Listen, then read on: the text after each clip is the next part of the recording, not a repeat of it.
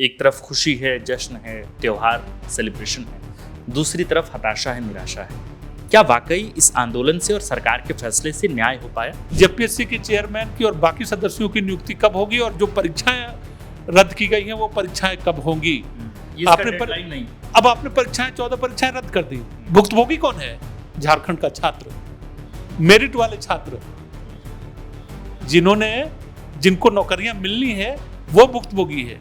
अब इन परीक्षाओं को अनिश्चित काल तक टाल देने पे जीत मना लेना, ये बहुत खुश होने की बात नहीं है। कल तलक जो भुक्तभोगी थे, जो आज जीत के जश्न में तल्लीन हैं, और कल तलक जो सरकारी नौकरी में थे वे आज सड़कों पर हैं।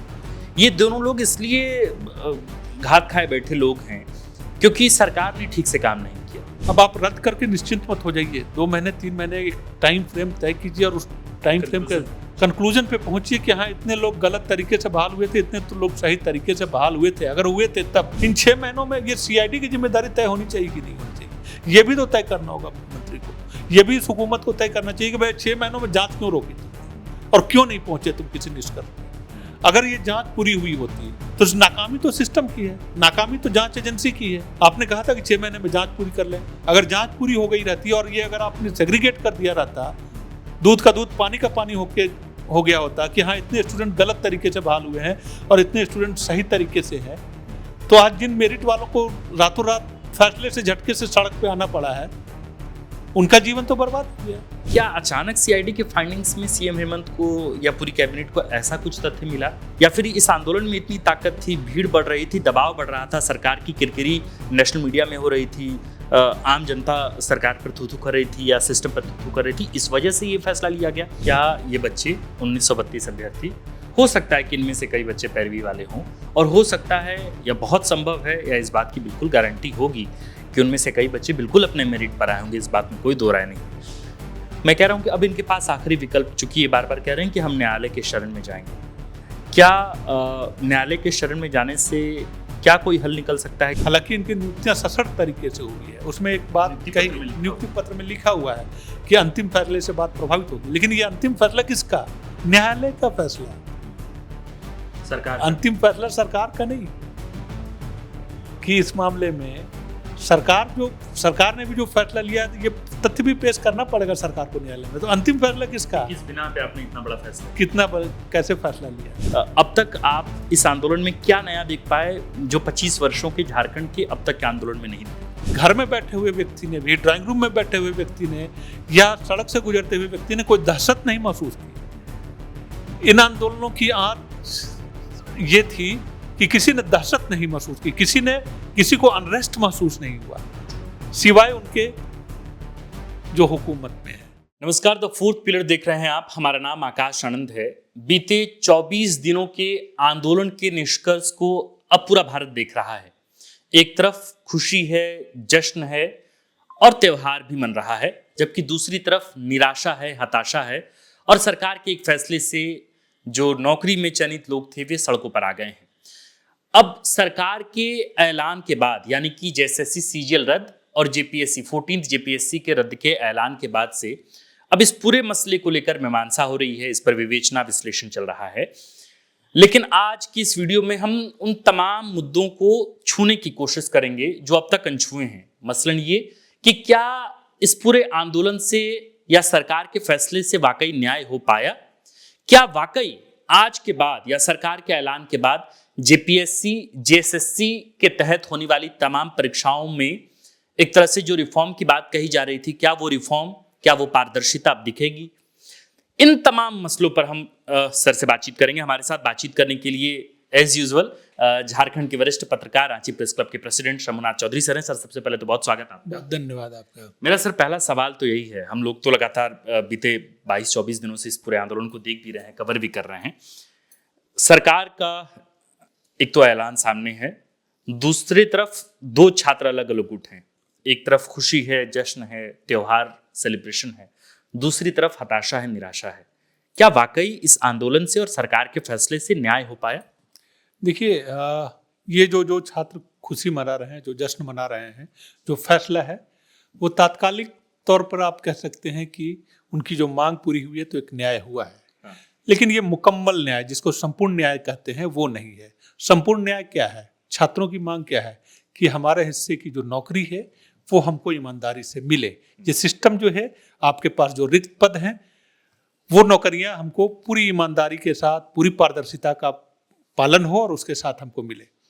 अभी जो परीक्षाएं रद्द हुई हैं, तो रद्द होने की वजह से जिन छात्रों में खुशी है, जो आंदोलित छात्र हैं, वो खुशी और जश्न इसलिए मना रहे हैं क्योंकि उनको लग रहा है कि उनके हिस्से का मेरिट जो है, उनकी जो हत्या हुई थी, जो सौदागर हैं, जो जिन्होंने सीटें बेची, जिन्होंने सौदेबाजी की, जिन्होंने पर्चा लीक किया, जिन्होंने मार्किंग में गड़बड़ी की, जिन्होंने ब्लैकलिस्टेड एजेंसी को काम दिया, तो उन तमाम सिस्टम में जो दोष थे उसके खिलाफ ये जीत मानी जा सकती है। और उस हिसाब से आप मान सकते हैं कि एक जीत हुई है कि सरकार ने स्वीकार किया कि हाँ ये गड़बड़ी हुई है और उस गड़बड़ी पे एक हथौड़ा चला है ना।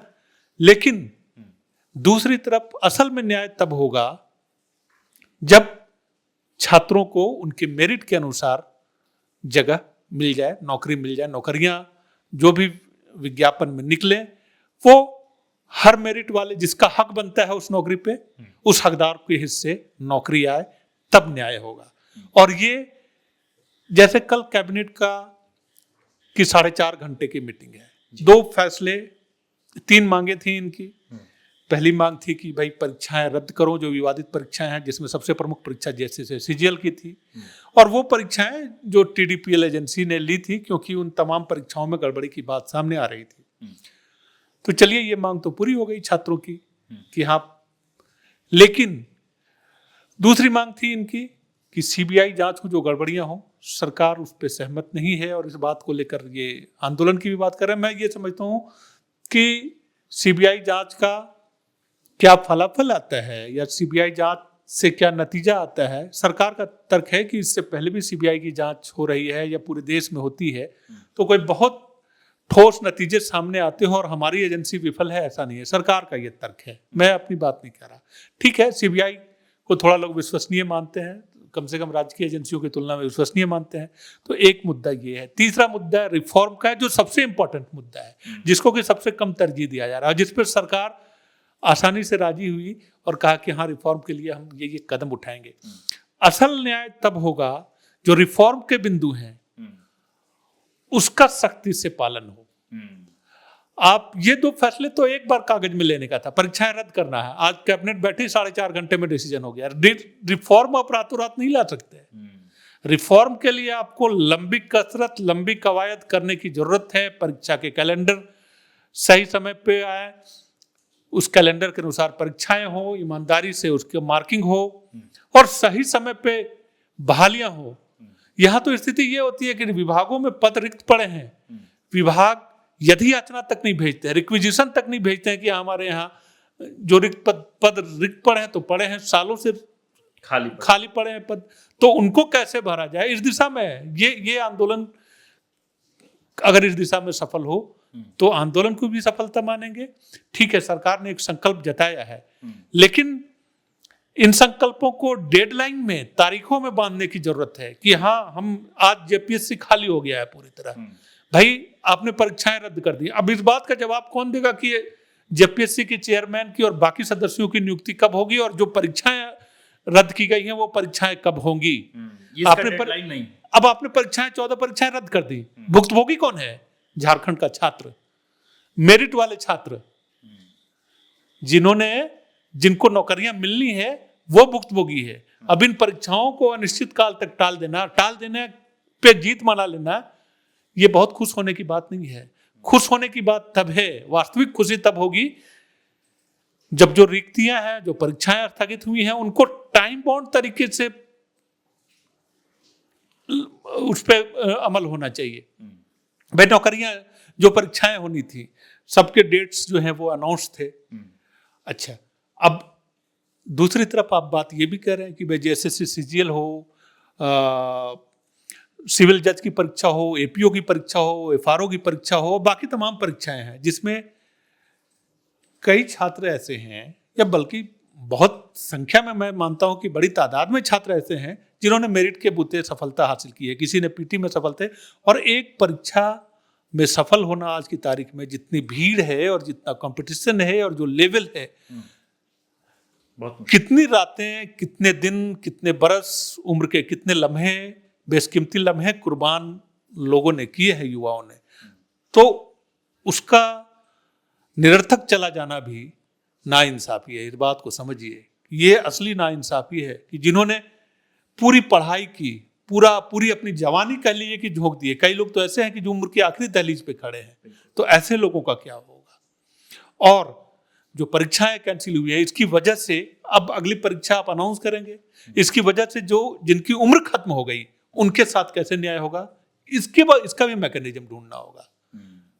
किसी ने मान लिया कि 30 साल आखिरी उम्र थी और अगस्त में उसका 30 साल उसकी उम्र जो है वो पूरी हो गई, अब उसके साथ कैसे न्याय होगा। तो क्या जो समय गुजर जाता है, जो उम्र गुजर जाती है, उसका मुआवजा कैसे होगा, उसकी भरपाई कैसे होगी। और जो गुजरा हुआ वक्त है, जो समय बीत गया, वो तो कभी लौटाया नहीं जा सकता, लेकिन उसकी भरपाई की दिशा में सरकार कुछ कर सकती है कि नहीं कर सकती है, ये सोचना होगा। तो मैं ये समझता हूं कि जो रिफॉर्म के मुद्दे हैं, छात्र संगठनों को इस पे ज्यादा फोकस करना चाहिए और मॉनिटर सरकार पे दबाव बनाए रखने की जरूरत है कि रिफॉर्म के जिन बिंदुओं पे बात हुई है या जिसको जो प्लान बन रहा है, जो वो पूरी तरह से लागू हो। ऐसा ना हो कि हाँ डेडलाइन ना हो। ऐसा नहीं, हम लोगों ने देखा है अक्सर कि कमेटियां बनती हैं रिफॉर्म के लिए, कानून बनते हैं, तमाम तरीके की चीजें, और फिर वो फॉलो नहीं होता है। जो भी चीजें हैं, रिफॉर्म के तमाम बिंदु हैं कि परीक्षा कौन सी एजेंसी लेगी, आयोग में कैसे लोग नियुक्त होंगे, उसका क्रेडेंशियल्स कैसे जांचा जाएगा जो एजेंसी जांच लेगी, और कौन सी परीक्षाएं हम खुद लेंगे, कौन सी परीक्षा एजेंसी के हवाले होगी, कौन सा काम हमारे जिम्मे रहेगा, कौन सा काम आउटसोर्सिंग के आधार पर कराएंगे। ये तमाम चीजें जो है बननी है। अमिताभ कौशल की अध्यक्षता में सीएम ने अनाउंस किया है, सीनियर आईएएस हैं कि उनकी अध्यक्षता में कमेटी बनेगी। कमेटियों का हस्र इस देश ने, इसी राज्य की बात नहीं है, आयोगों का, कमेटियों का इस देश ने हस्र देखा है कि मामला जैसे ही ठंडा होता है, उसकी अनुशंसाएं तक जो है वो बरसों बरस फाइलों की धूल फांकती रहती है। तो आपको ये सुनिश्चित करना होगा, और ये आंदोलन की सफलता भी तभी मानी जाएगी जो रिफॉर्म के सवाल हैं, जो रिफॉर्म के बिंदु हैं, उनको ठोस तरीके से लागू कीजिए। मतलब आप ही कह रहे हैं सर कि ये अर्ध न्याय है, ये पूरी तरीके से न्याय तो आप नहीं कर सकते। जीत है, इस आंदोलन की तात्कालिक मांग थी। एक जैसे आप जंतर मंतर के आंदोलन से भी आप तुलना कर लीजिए, शिक्षा मंत्री हट गए, शिक्षा मंत्री का इस्तीफा हो गया, क्या इससे न्याय हो गया, बदलाव हो गए? नहीं होगा। शिक्षा में बदलाव के लिए जो आमूल चूल परिवर्तन करना पड़ेगा, जो कदम उठाने पड़ेंगे, कि इस बात की जो गारंटी देनी पड़ेगी कि भाई आगे से पेपर लीक नहीं होगा, आगे से के साथ मार्किंग में तुम्हारे साथ कोई गलती नहीं होगी, तुम्हारी मेरिट के साथ कोई नाइंसाफी नहीं होगी, ये सुनिश्चित करना ना बड़ी बात है। और तभी असल न्याय माना जाए। तभी असल न्याय है। न्याय तो असल में वही है।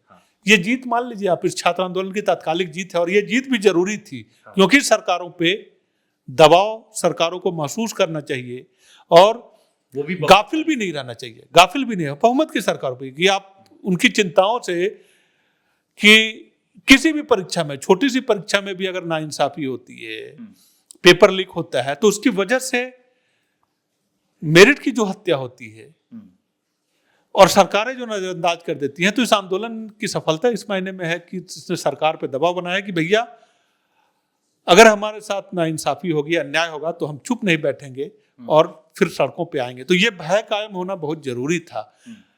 कहते हैं कि ये जनतंत्र है ना, और जनता का दबाव महसूस करना चाहिए सरकारों को। ऐसा नहीं कि सरकार बनाने के बाद आप एसी कमरे में बंद हो गया, फिर बाकी जनता की चीख पुकार सुना न दे। तो ये आवाज बहुत जोर से पहुंची है, उनके दरवाजे पे दस्तक बहुत जोर से हुई। इस आंदोलन की सफलता यही है। न्याय मैं नहीं मानता इसको। ठीक है सर, इसी से जुड़े हुए मेरे दूसरे प्रश्न हैं। आपने कहा कि न्याय नहीं हुई, एक तरह से आंदोलन की जीत हुई है, एक पक्ष की जीत हुई, पूर्ण न्याय नहीं। दूसरी तरफ सर, सरकार के फैसले से जो 1932 अभ्यर्थी हैं जो सरकारी नौकरी में थे, वे अचानक से सड़कों पर आ गए। कई लड़कों की शादी हो गई, कई लड़कियों की शादी हो गई, उनके बच्चे हैं। अब उनके भरण पोषण को लेकर उनकी चिंताएं बढ़ी हैं, परेशानियां बढ़ी हैं। मेरा सवाल है सर कि ये जो भुक्तभोगी लोग हैं, कल तलक जो भुक्तभोगी थे, जो आज जीत के जश्न में तल्लीन हैं, और कल तलक जो सरकारी नौकरी में थे, वे आज सड़कों पर हैं। ये दोनों लोग इसलिए घात खाए बैठे लोग हैं क्योंकि सरकार ने ठीक से काम नहीं किया। मॉडरेट का काम सरकार का था, मॉडरेशन का काम सरकार का था, इस पूरी व्यवस्था को बेहतर तरीके से कायम करने का काम सरकार का था। सरकार तो बच गई। सरकार 4.5 घंटे की एक मीटिंग में ये फैसला सुना दी कि भाई हम ये फैसला ले रहे हैं, लेकिन फिर लाठी, फिर डंडे, फिर हताशा, फिर निराशा बच्चों के ही यहीं से आई है। सरकार कहाँ चुकी है? नहीं, देखिए, सरकार, मैं पूरी सिस्टम को दोष देता हूँ, किसी खास सरकार को दोष। झारखंड के संदर्भ में जब आप बात करते हैं, हाँ, मतलब सिस्टम, तो किसी पूरे सिस्टम की बात कीजिए आप। और सरकार की जब बात मैं कर रहा हूँ तो सिर्फ हेमंत सोरेन की बात नहीं कर रहा, क्योंकि जो जब नाइंसाफी का चैप्टर्स खुलने लगते हैं तो उसकी शुरुआत बाबूलाल जी से शुरू होती है।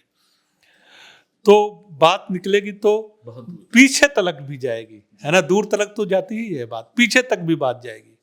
अध्याय खुलेंगे तो सबके अध्याय खुलने चाहिए। खुले भी हैं, 2014 से ऐलान भी कर दिया। हाँ, ऐलान किया है। तो मैं तो कहता हूँ इससे पहले भी जो सीबीआई की जांच 11 परीक्षाओं की चल रही है, जेपीएससी की परीक्षाओं की, उस सीबीआई जांच में जो चार्जशीट आया है, एक तो बहुत लंबे वक्त के बाद, ये भी समझने की चीज है, ये भी हमारे अनुभव की चीज है कि भाई सीबीआई जांच में सीबीआई ने कितना लंबा वक्त लगाया। उम्र गुजर गई, कई लोग गुजर गए न्याय की लड़ाई लड़ते लड़ते, और जिन लोगों ने गलत तरीके से जिन पैरवी पुत्रों ने जगह हासिल की थी, उन्होंने पूरे पावर का एक्सरसाइज किया। इन 20 सालों में जिन्होंने वाकई गलत तरीके से नौकरियां हासिल की, अकूत संपत्ति भी बनाई होगी, या मान लिया संपत्ति नहीं भी बनाई तो 20 सालों तक आप नौकरी कर लेते हैं तो कम से कम आपके पास इतना बैलेंस तो हो ही जाता है कि आप ठीक ठाक बचत कर लेते हैं, आपकी बाकी की जिंदगी जो है वो इत्मीनान से गुजर सकती है। तो आज से 20 साल पहले जिसके साथ अन्याय हुआ, कई युवा हैं ऐसे जिनका हक मारा गया था, किसी का हक मार के ही तो ऐसे लोग आए होंगे, तो उसके साथ तो इंसाफ नहीं हुआ। अभी जैसे सीजीएल की बात कीजिए कि अभी एक झटके में 1932 लोग सड़क पे आ गए हैं, तो मैं उनकी मांग को इस मायने में वाजिब समझता हूं कि जो गलत हैं, अगर 1932 में 1932 लोग गलत हैं तो उनकी नौकरी जानी चाहिए, ये बात कोई भी कहेगा।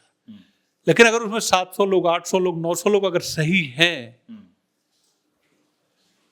तो उनके साथ नाइंसाफी नहीं होनी चाहिए। न्याय का सिद्धांत हमारे यहाँ यही कहता है, नेचुरल जस्टिस कहता यही है कि किसी निर्दोष को जो है सजा नहीं मिलनी चाहिए, दोषी को भी नहीं बचना चाहिए, लेकिन उससे ज्यादा, उससे पहले की शर्त यही है कि किसी निर्दोष को सजा नहीं मिलनी चाहिए। जो इनोसेंट है, जिसने अपने मेरिट के बल पे, अगर उसकी नौकरी चली गई तो अब इसकी कैसे भरपाई हो सकती है, ये काम भी सोचने का सिस्टम, ये सोचने का तरीका जो है वो भी सरकार का है।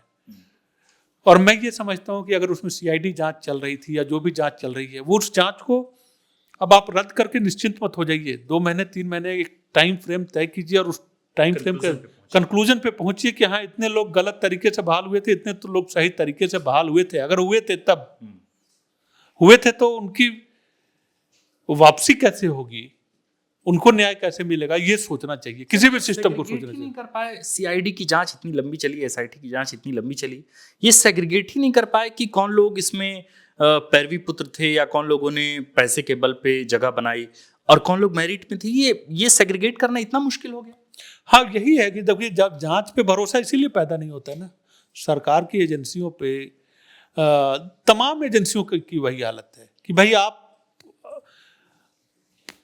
पूरी की पूरी लड़ाई की उम्र गुजर जाती है और अब फैसला ही नहीं कर पाते हैं कि कहाँ गलत है कहाँ से है। तो जांच एजेंसियों पे सवाल ही है, उनकी जिम्मेदारी पे भी सवाल है।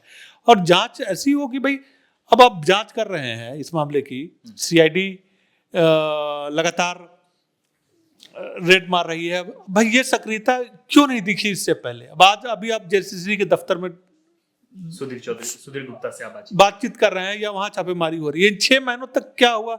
जब जेसीसी सीजीएल में नियुक्तियां हुई उसके बाद 6 महीने में सीआईडी ने क्या कदम उठाया जहां तक न्यायालय में जो अंडरटेकिंग दिया गया था कि भाई अभी तक जांच ये है, हम 6 महीने में जांच पूरी कर लें, इन 6 महीनों में ये सीआईडी की जिम्मेदारी तय होनी चाहिए कि नहीं होनी चाहिए, ये भी तो तय करना होगा मुख्यमंत्री को।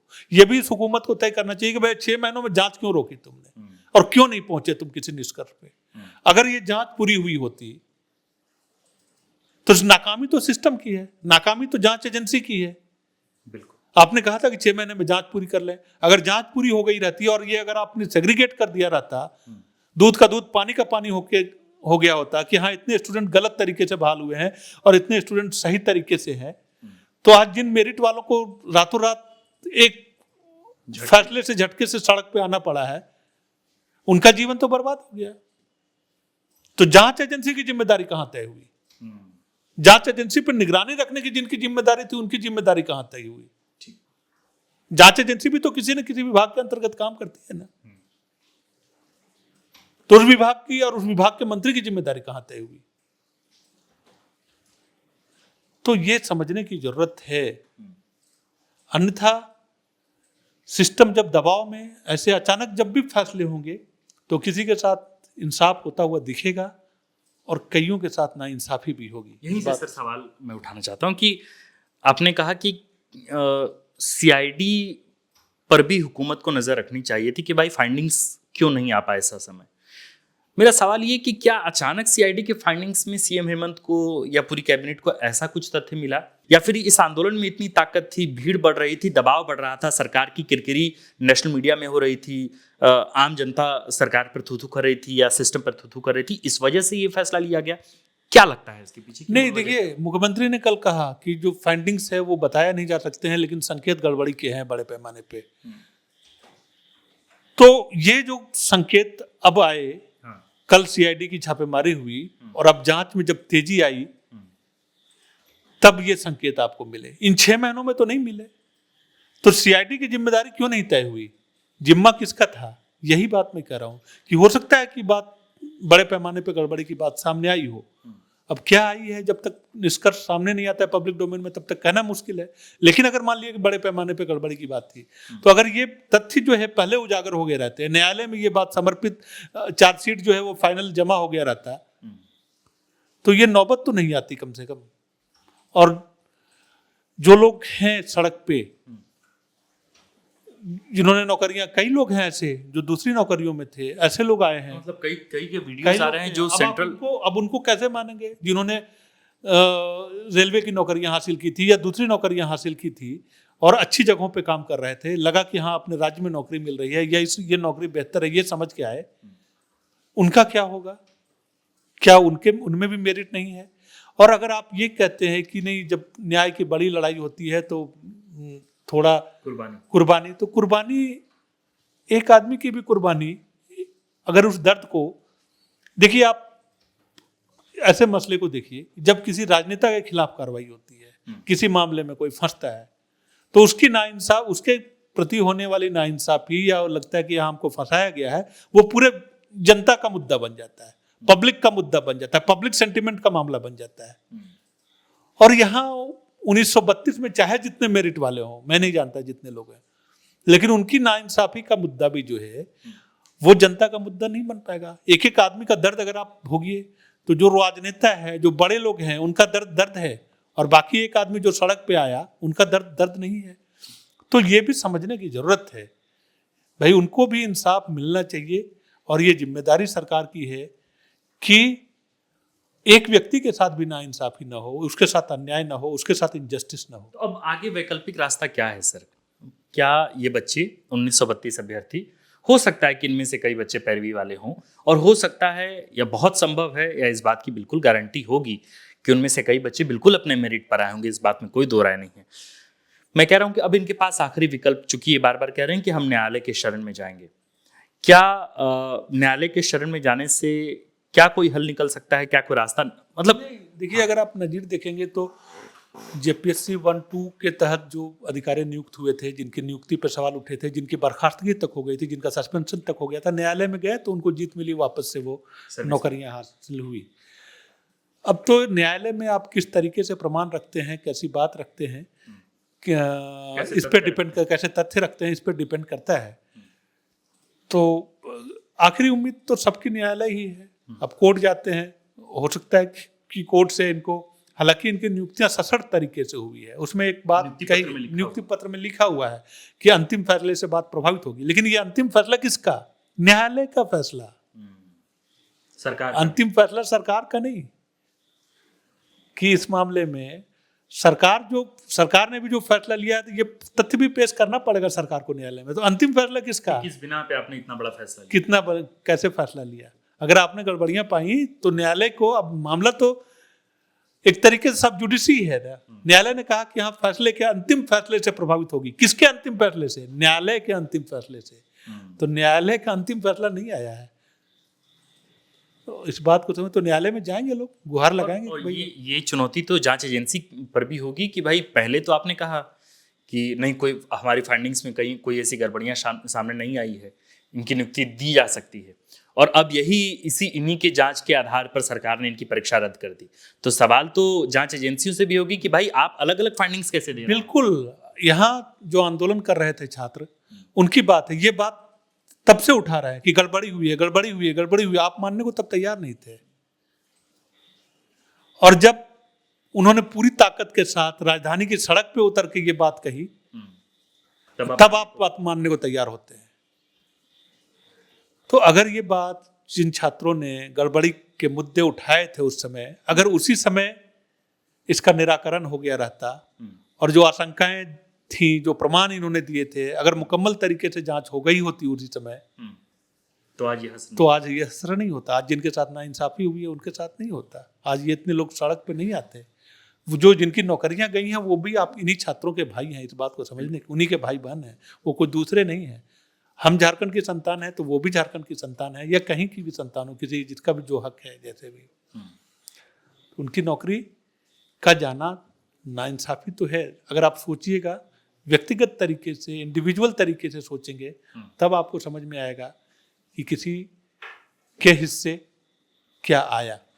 सर, एक बार हमारे दर्शकों के लिए भी थोड़ी क्लैरिटी अगर हो जाए कि सरकार ने कल जो ऐलान किया, उसमें किन किन परीक्षाओं को लेके ऐलान हुआ है, कि कौन कौन सी परीक्षाएं रद्द हुई हैं, और किन किन परीक्षाओं पर जांच जो है वो रिटायर्ड जज की अध्यक्षता में होंगे? अगर आपको थोड़ा इसके बारे में देखिए, जो मोटे तौर पर याद आ रहा है मुझको, कि जेपीएससी 14 जेपीएससी, उसकी पीटी की परीक्षा रद्द हो गई। बैकलॉग सिविल सर्विस उसी की जेपीएससी के दिन वो रद्द हो गई। इन दोनों के रिजल्ट आ चुके थे। जो महत्वपूर्ण परीक्षाएं रुकी हैं, और जिसकी वजह से, जैसे सिविल जज की परीक्षा 5 सालों के बाद यहाँ वैकेंसी निकली थी, 2018 के बाद 2023 में वैकेंसी निकली थी। अब वो, उसमें भी विवाद हुआ था कानूनी। 2026 में भी पीटी का रिजल्ट क्लियर हुआ था, वो परीक्षा रद्द हो गई। तो सोचिए, जो जज बनने का सपना 2008-18 में जिन्होंने फॉर्म भरा, 2026 में फिर आके वहीं जीरो पे आ गए। 8 साल के बाद जिन्होंने तैयारी की, 8 साल के बाद भी जीरो पे आ गए। एफआरओ की परीक्षा और कई परीक्षाएं हैं, वो थोड़ा देखना पड़ेगा। लेकिन ये है कि 12-14 परीक्षाएं जो है इस निर्णय से प्रभावित होंगी। लगभग 502 एपीओ की परीक्षा, एपीओ बैकलॉग, एपीओ रेगुलर, उसकी परीक्षा, तो 500 से ज्यादा पदों पे, 502 पदों पे नियुक्तियां होनी थी। जो इसके अलावा लेडी सुपरवाइजर की परीक्षा, बहुत सारी परीक्षाएं जो हैं, और अभी इसकी व्याख्या होनी है। अभी आप क्लियर कट नोटिफिकेशन आने दीजिए कि कौन कौन सी परीक्षाएं रद्द हुई हैं, तो समझ में आएगा कि हाँ, वाकई कौन कौन से। सर, इस पूरे आंदोलन का टर्निंग पॉइंट कहाँ रहा? मतलब क्या इस आंदोलन से, या चूंकि बच्चे अभी भी कह रहे हैं कि हमारा आंदोलन अभी खत्म नहीं हुआ है, जैसा आपने कहा कि ये एक जीत है, एक पड़ाव है इस आंदोलन का।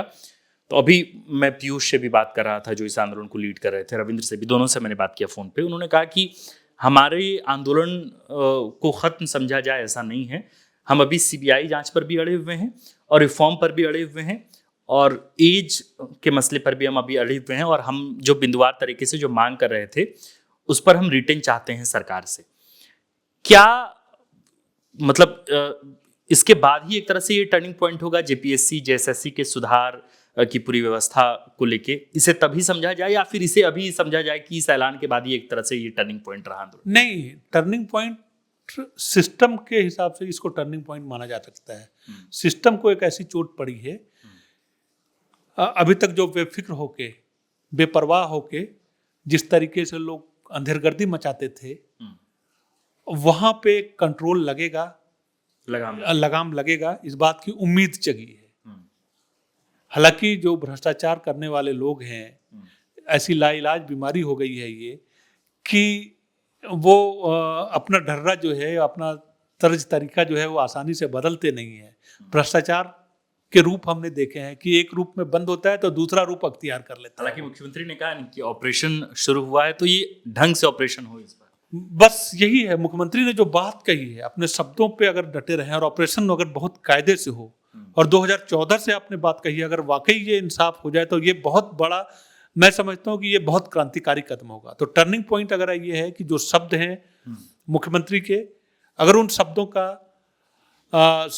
असर जो है वो फैसलों पे दिखे तो बहुत बड़ी बात होगी, यही सबसे बड़ी जीत होगी। तो टर्निंग पॉइंट यही है कि एक भय कायम हुआ है।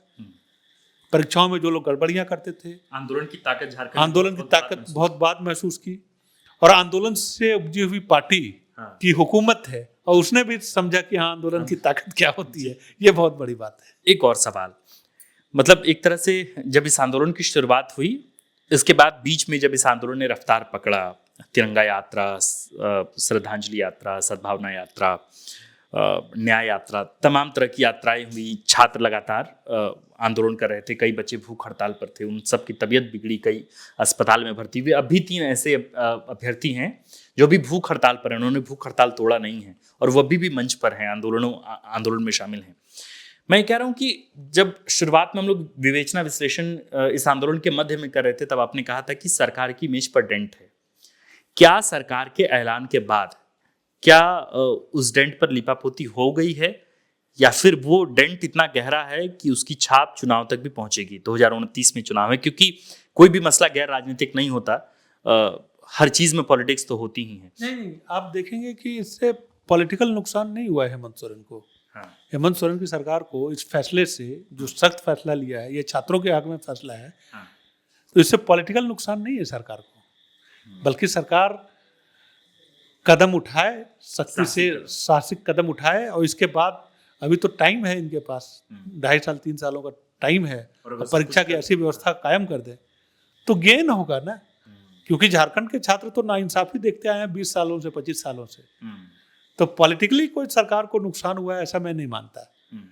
थोड़ी देर जरूर हुई, ये बात जो है थोड़ी पहले हो सकती थी, और इसकी गूंज जो बहुत दूर तलक गई और लोगों ने महसूस किया, या किसी को हस्तक्षेप करना पड़ा, या किसी ने, या राहुल गांधी को पत्र लिखना पड़ा, इसकी जरूरत तो भी नहीं। हाँ, जरूरत नहीं पड़ती। थोड़ा पहले अगर हो गया होता तो सब लोग मानते हैं कि हाँ, ये बेहतर बात होती कि इसका समाधान अगर पहले हो गया होता। तो थोड़ी देर जरूर हुई है, लेकिन स्मृति जो है वो बहुत कम होती है लोगों की, बहुत तेजी से है। चुनाव की बात अगर आप कह रहे हैं, राजनीतिक नजरिए से बात कर रहे हैं, तो अभी 2.5 सालों का वक्त है, बहुत सारा, और आप कह नहीं सकते कि उस समय यही मुद्दा प्रभावी रहेगा। हाँ, अगर ये व्यवस्थाएं कायम नहीं हुई, चुनाव के समय परिस्थितियां बहुत दूसरी होती हैं, राजनीति कई तरह के समीकरण बनते हैं, फिर नहीं जानता कि कौन किस तरीके की बातें आएंगी, तो इसलिए चुनाव पे असर पड़ेगा। आज का मुद्दा, इसकी बातें, हाँ, एक छवि, एक इमेज जो है, मोटे तौर पे जब आपका आकलन होगा, तो मैं ये समझता हूँ कि ठीक है, इस फैसले को साहसिक फैसला माना जाना चाहिए, और इससे सरकार को कोई डेंट लगा है मैं ऐसा नहीं मानता। थोड़ी देर जरूर हुई, लेकिन मोटे तौर पे सरकार ने अपनी साख कायम कर ली। सर, दोनों ही संदर्भों में जहाँ तक मेरी जानकारी है, जंतर मंतर वाले प्रोटेस्ट में भी कम्युनिकेशन गैप रहा। सरकार को, बहुमत वाली सरकार को, गठबंधन की सरकार को तब भी लगा कि भाई ये छात्र हैं, ये क्या ही कर लेंगे, लेकिन आंदोलन जब में तीव्रता दिखी, आक्रोश दिखा, गुस्सा दिखा, इसके बाद सरकार के बड़े मंत्री को बैठ के बातचीत करनी पड़ी, और यहाँ भी वही हुआ। आंदोलन की शुरुआत हुई जयपाल सिंह मुंडा स्टेडियम से पहले, जब मुराबादी में आंदोलन शुरू हुए, तो मुझे याद है, मैं जब कवर करने गया तो त्रिपाल ढक के 4-5 लोग बैठे थे इस आंदोलन में, और उसमें देवेंद्र नाथ महतो थे। और इसके बाद जब ये शिफ्ट हुआ जयपाल सिंह मुंडा स्टेडियम, तब भी मंच को लेकर विवाद, मतलब इस आंदोलन को भी हमने अलग अलग चरणों में टूटते बनते बिखरते और इसके बाद फिर एक जीत तक पहुंचते देखा है। लेकिन दोनों ही सीजेपी वाले प्रोटेस्ट में भी, मैं तुलनात्मक बातें नहीं कर रहा, लेकिन दोनों ही आंदोलनों में जो एक बीच बात जो समझ आती है वो यही है कि कम्युनिकेशन गैप रहा सरकार की तरफ से। यहाँ भी वही देरी हुई और वहां भी वही देरी हुई। आप इस बात को मानते हैं? देखिए, मुद्दा वाजिब हो तो संगठन जो है वो बेमानी हो जाते हैं, चेहरे बेमानी हो जाते हैं। चाहे जंतर मंतर का आंदोलन हो, चाहे रांची का आंदोलन हो, इसमें जो चेहरे उभर कर सामने आए वो ठीक है, चेहरे आए, लेकिन चेहरों की वजह से लोगों ने समर्थन नहीं किया, किसी चेहरे को देखकर समर्थन नहीं किया, जब मुद्दे को समर्थन किया। तो इस बात को समझने की जरूरत है कि मुद्दा जो है वो ज्यादा महत्वपूर्ण है, चेहरे जो है वो गौन हो गए हैं। इन आंदोलनों का संदेश ये गौन नहीं भी हुए हैं तो चेहरे उतने अहम नहीं है जितने मुद्दे अहम है। तो मुद्दा, अगर मुद्दे में जान होगी या मुद्दा लगेगा कि हाँ किसी के साथ न्याय हुआ है, किसी के साथ अन्याय हुआ है, तो लोग उतरेंगे। तो ये ताकत एक तरीके से सामूहिकता की ताकत है, जनता की ताकत है, और ये अच्छी बात है। मैं इन दोनों आंदोलनों में एक अच्छी बात ये समझता हूँ कि थोड़े बहुत टकराव जो हुए उसको छोड़ दीजिए, तो गांधी की ताकत, सत्याग्रह की ताकत इस देश ने फिर से महसूस की कि भाई दोनों आंदोलनों में, रांची के आंदोलन की भी बात कर लीजिए, उस आंदोलन की भी बात कर लीजिए, और जो हिंसा हुई उसको थोड़ा नजरअंदाज कर दीजिए आप, क्योंकि टकराव जो है वो परिस्थिति जन्य था। आंदोलन का स्वरूप हिंसक नहीं था कि छात्र वहां जमा हुए हैं, रांची में छात्र जमा हुए हैं तो आज सड़कों पे उतर गए, गाड़ियों में आग लगा रहे हैं, इमारतों में तोड़फोड़ कर रहे हैं, ऐसा आंदोलन का नेचर नहीं था। नहीं, इन्होंने भी नजीर पेश किया। वहां भी यही स्थिति थी कि कोई छात्र वहां उत्पात नहीं मचा रहे थे, भाई वो जाना चाहते थे, संसद तक पहुंचना चाहते थे, आपने रोकने की कोशिश की, इस दौरान टकराव हुआ, दोनों जगह पे टकराव हुआ। मूल चरित्र जो है हिंसा नहीं था। तो अहिंसक आंदोलनों की ताकत, अनशन की ताकत, उपवास की ताकत, सत्याग्रह की ताकत देश ने महसूस की। और सच पूछिए तो बदलाव, माने लोकतंत्र, जो गांधी ने जो बात कही थी पहले, या गांधी जी ने जो अस्त्र दिया था हम लोगों को, वो आज भी प्रभावी है इस बात को। और मैं तो ये समझता हूं कि जब गोडसे का महिमा मंडन का दौर चल रहा है, ऐसे दौर में गांधी स्थापित हुए हैं इन आंदोलनों की बदौलत। फिर से इस बात को समझने की जरूरत। सर, आप एक आखिरी सवाल, इसके बाद मैं आपको भी छोड़ूंगा। सर, आप तो झारखंड को बनते देखे हैं, झारखंड अलग राज्य के निर्माण के आप साक्षी रहे हैं, आपने अपनी आंखों से उसे देखा है। बहुत वक्त बाद झारखंड ने और दुनिया ने, देश ने इस तरह के आंदोलन को देखा। सीजेपी को छोड़ दिया जाए, झारखंड के संदर्भ में अगर मैं बात कहूँ तो क्या नया देख पाए सर इस आंदोलन में? मतलब हालांकि ये क्लोजिंग स्टेटमेंट नहीं है क्योंकि अभी छात्र का आंदोलन खत्म नहीं हुआ है, लेकिन फिर भी अब तक आप इस आंदोलन में क्या नया देख पाए जो 25 वर्षों के झारखंड के अब तक के आंदोलन में नहीं दिखा? देखिए, आंदोलन में नई बात यही है कि लोगों का भरोसा अब पॉलिटिकल पार्टियों पे, पॉलिटिकल चेहरों पे, जिसके पीछे जनता दौड़ती थी, उस पर अब भरोसा नहीं है। ये एक संकेत है दोनों आंदोलनों का कि बहुत भरोसेमंद, बहुत बड़ा नाम, उसकी बात पे यकीन कर लेना, वो लीड करे, इसकी जरूरत नहीं है। अब इसकी जरूरत है तो मैं यही बात कह रहा हूं कि चेहरे जो है, पहले आंदोलन जो है वो आंदोलनों में चेहरे होते थे, चेहरे बहुत इंपॉर्टेंट होते हैं। छात्र आंदोलन, जेपी उसके चेहरे थे, जेपी के नाम पे लोग इकट्ठा हुए। इन दोनों आंदोलनों में कोई ऐसा स्थापित नाम नहीं था। इन आंदोलनों की वजह से कुछ नाम भले स्थापित हो जाए कालक्रम में, वो एक अलग बात है, लेकिन चेहरे ने आंदोलन नहीं शुरू किया। किसी एक कोई बहुत बड़े महापुरुष का आह्वान नहीं था, किसी क्रांतिकारी का आह्वान नहीं था। तो लोग मुद्दे की ताकत की वजह से जुटे। लगा कि नहीं, एक आदमी भी, सड़क का आदमी भी बोल रहा है तो वाजिब बात बोल रहा है, तो चलो इसके साथ पीछे खड़े होंगे। ये इन दोनों आंदोलनों का सबसे बड़ा हासिल है। आपने देखा 24-25 वर्षों में झारखंड में छात्रों को इस तरीके से आंदोलन करते और एक निष्कर्ष तक पहुंचते देखा? नहीं, आंदोलन तो, छात्र आंदोलन झारखंड में बहुत प्रभावी रहा है ना। आजसू जो जेएमएम का झारखंड बनने के बाद ऐसा आंदोलन तो नहीं हुआ था, इसमें कोई दो राय नहीं है। आंदोलन तो बहुत देखे, हिंसक टकराव भी बहुत देखे। डोमिसाइल को लेकर जब बाबूलाल मरांडी जी का शासन था तो जो जिस तरीके का बवाल हुआ था रांची की सड़कों पे, बल्कि पूरे राज्य में, वो अजीब सा माहौल था। लेकिन इन आंदोलनों में किसी ने, घर में बैठे हुए व्यक्ति ने भी, ड्राइंग रूम में बैठे हुए व्यक्ति ने, या सड़क से गुजरते हुए व्यक्ति ने कोई दहशत नहीं महसूस की। इन आंदोलनों की आंच ये थी कि किसी ने दहशत नहीं महसूस की, किसी को अनरेस्ट महसूस नहीं हुआ, सिवाय उनके जो हुकूमत में है, उसके अलावा किसी ने महसूस नहीं किया। आम आदमी को कोई परेशानी हुई हो आंदोलन की वजह से, ऐसा नहीं हुआ। तो ये वही बात कह रहे हैं ना कि गांधी जी क्या कहते थे, गांधी जी का तरीका यही था। तो ये है, ये इन आंदोलनों का स्वरूप है, और सही मायने में लोकतांत्रिक आवाजें ऐसे ही कारगर होती हैं, ऐसे ही कामयाब होती हैं, और इन दोनों आंदोलनों ने इस मामले में एक नजीर कायम की है। बहुत बहुत शुक्रिया सर। हमारे बड़े बुजुर्ग कहते थे कि भाई बरगद के नीचे बैठिए तो छांव मिलता है। शंभूनाथ सर हमारे हिस्से के बरगद हैं, और जब भी हमें बहुत किसी विषय पर, बहुत जटिल विषय पर जब बातचीत करनी हो तो हम सबको बरगद की छांव में जाना होता है।